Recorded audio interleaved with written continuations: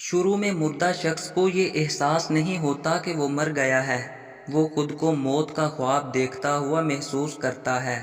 وہ خود کو روتا، نہاتا، گرہ لگاتا اور قبر پر اترتا ہوا دیکھتا ہے۔ وہ ہمیشہ خواب دیکھنے کا تاثر رکھتا ہے۔ جب وہ زمین پر ڈھیر ہو جاتا ہے، پھر وہ چیختا ہے، لیکن کوئی اس کی چیخ نہیں سنتا۔ جب ہر کوئی منتشر ہو جاتا ہے اور زمین کے اندر تنہا رہ جاتا ہے، اللہ اس کی روح کو بحال کرتا ہے۔ وہ آنکھیں کھولتا ہے اور اپنے برے خواب سے جاگتا ہے۔ پہلے تو وہ خوش اور شکر گزار ہوتا ہے کہ جس سے وہ گزر رہا تھا وہ صرف ایک ڈراؤنا خواب تھا، اور اب وہ اپنی نیند سے بیدار ہے۔ پھر وہ اپنے جسم کو چھونے لگتا ہے جو کپڑے میں لپٹا ہوا ہے۔ خود سے حیرت سے سوال کرتا ہے کہ میری قمیض کہاں ہے؟ میں کہاں ہوں؟ یہ جگہ کون سی ہے؟ ہر طرف اندھیرا ہی اندھیرا کیوں ہے؟ میں یہاں کیا کر رہا ہوں؟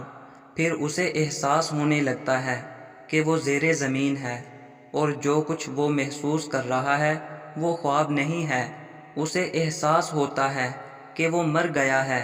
وہ ہر ممکن حد تک زور سے چیختا ہے، پکارتا ہے۔ اس کے رشتہ دار جو اس کے مطابق اسے بچا سکتے تھے، اسے کوئی بھی جواب نہیں دیتا۔ پھر وہ یاد کرتا ہے کہ اس وقت اللہ ہی واحد امید ہے۔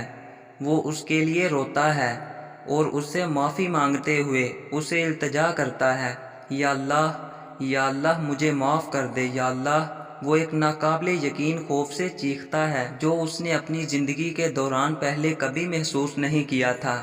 اگر وہ ایک اچھا انسان ہے تو مسکراتے ہوئے چہرے والے دو فرشتے اسے تسلی دینے کے لیے بیٹھ جائیں گے، پھر اس کی بہترین خدمت کریں گے۔ اگر وہ برا شخص ہے تو دو فرشتے اس کے خوف کو بڑھا دیں گے اور اس کے بدصورت کاموں کے مطابق اسے اذیت دیں گے۔